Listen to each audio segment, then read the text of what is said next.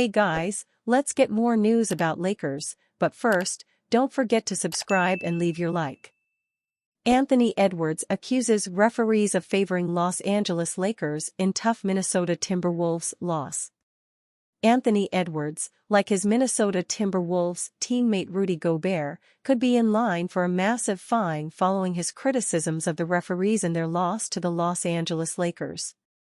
Edwards didn't hold back in showing his frustration over what he believes is unfair officiating towards them during the intense Sunday battle that saw them lose 120-109. Without the injured Karl-Anthony Towns, who was out for a minimum of 1 month following a surgery to repair a torn meniscus in his left knee, and Gobert, dealing with a hamstring issue, the Timberwolves had no one to match up against Anthony Davis during their latest showdown. AD was simply unstoppable, so much so that not even a big game from Naz Reid couldn't counter what the Lakers center produced. Davis, in fact, became the first player ever to record a 25-25-5-5-3 stat line. He finished with 27 points, 25 rebounds, 5 assists, 7 steals and 3 blocks. Edwards led the way for the Timberwolves with 25 points, 7 rebounds, 7 assists, 2 steals and 2 blocks. But his efforts simply were not enough. The game was still close up until the fourth quarter, with the third quarter ending 92-91 in favor of the Timberwolves. Nonetheless, in the final period, the Lakers used a 24-4 run to pull away for good. Minnesota simply didn't have enough firepower against the Lakers, though they were also not helped by the fact that the purple and gold got a ton more free throws than them.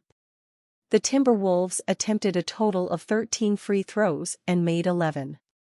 The Lakers, on the other hand, had 29 trips from the charity stripe and made 22. That 11-point difference in free throws certainly created a huge disparity. It is also worth noting that Davis alone had the same amount of free throw attempts as the Timberwolves. Anthony Edwards took notice of the major difference in free throw attempts between both teams, and he made sure to highlight it while speaking to reporters after the game. For Ant-Man, it's tough to compete and win when they are also playing against the referees. It's tough. It's tough every night when we don't get to the free throw line as much as the other team. When one player shoots more free throws than your entire team, it's tough. It's tough to compete, Edwards shared, via John Krasinski of The Athletic. You want to compete, and if every time they get the ball, we so-called foul them and they get to the free throw line. It's tough. I don't know how to explain it, man.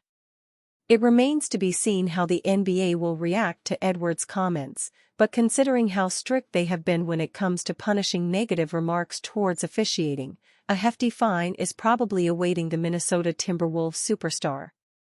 Sure enough, though, the Los Angeles Lakers won't have a problem with refereeing now that it favors them. Anthony Davis makes history and lifts Lakers over T-Wolves. After defeating number 2 in the East, the Milwaukee Bucks on Friday night, the Lakers kept their win streak rolling with a 120-109 win over number 2 in the West, the Minnesota Timberwolves. LeBron James and Anthony Davis were both questionable coming into tonight's game, and Minnesota was without Rudy Gobert, hamstring tightness, and Karl-Anthony Towns after he underwent surgery for a torn meniscus. But by game time James and Davis we upgraded to available, they both played, and that's putting it extremely lightly. On the eve of his 31st birthday, Davis had a historic night. His 27 points, 25 rebounds, 7 steals, 5 assists, and 3 blocks cement him as the only player in the history of the NBA to ever garner this stat line in a game. In fact, since the 1983-84 season, the only 2 players who had 20-plus points, 20-plus rebounds, and 7-plus steals were Hakeem Olajuwon and Charles Barkley. Head coach Darvin Ham explained AD's performance as the big man just being a monster all night. When asked after his performance if he was aware he was making history during the game, AD's response was a simple, no. LBJ led the team with 29 points, 9 assists, and 8 rebounds. But he only had 8 points at the end of the first half, and at halftime the Lakers were up by just 1 point. They had been outscored in the paint by 2. They shot 66.7% from the field, but Minnesota had stuck in the game because of 11 Laker turnovers, lackluster perimeter defense, and their 8 second-chance points compared to the Lake Show's 0. Naz Reid also held it down for the T-Wolves in the first. He led the team with 21 first-half points. He was 71.4% from 3, 5-4-7, and 70% from the field, 7-4-10. But Reid only had 4 more points for the rest of the game, and the second half belonged to the purple and gold. James got going early and tipped off the third with a triple, and 18 points to follow in the second half. But still, at the end of the quarter, the Lakers were down by 1. Then the game was blown wide open in the final frame when Davis declared this game his. The big fella's 10 offensive boards left everyone stunned, and gave the Lakers a 16-point lead at one point. 10 offensive rebounds is crazy, Austin Reeves said after the game.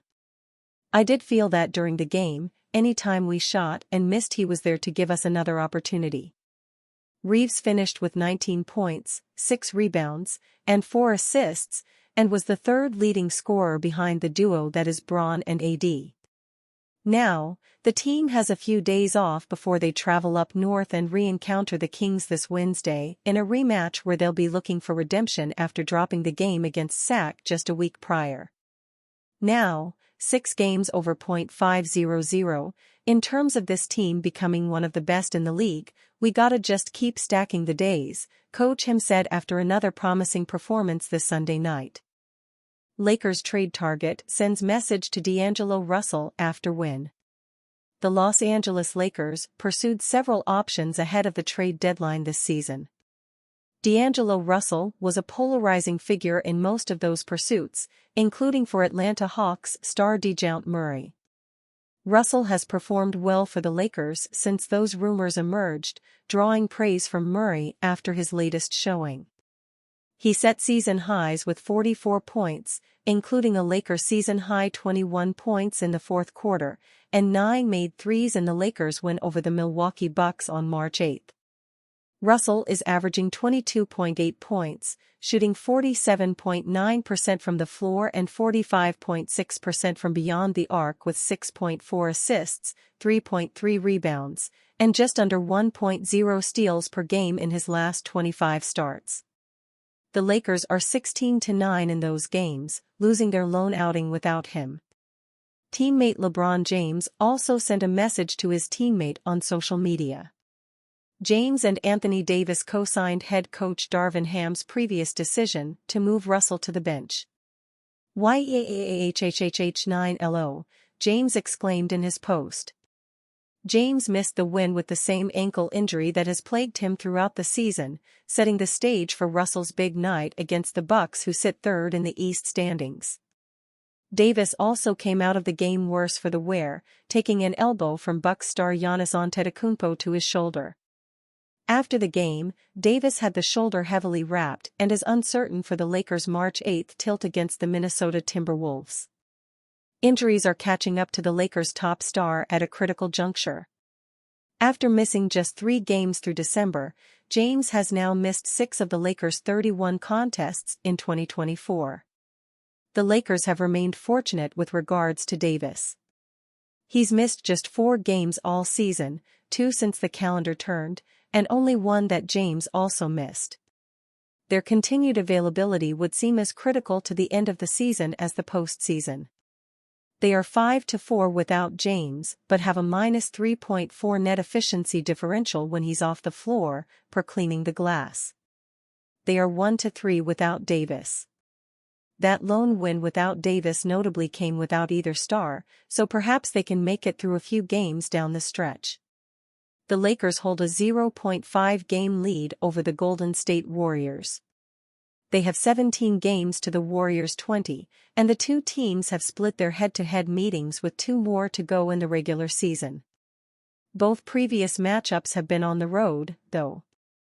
Taking both games at home in Crypto.com Arena could have significant implications for the play-in tournament. The Lakers are currently on track to host the Warriors on April 17 in the first round of the play-in tournament. It will be a win-or-go-home situation. The victor will move on to face the loser of the first-round matchup between the number 7 and 8 seeds. That would be a road date. The Lakers are 12-19 on the road this season. It will take 2 wins just for Russell and the Lakers to earn the 8th and final seed in the playoffs. They are 1.0 game behind the Dallas Mavericks for 8th place and 2.5 behind the Sacramento Kings for 7th. And you, fan, what do you think of the situation, Angelo Russell? Leave your opinion in the comments.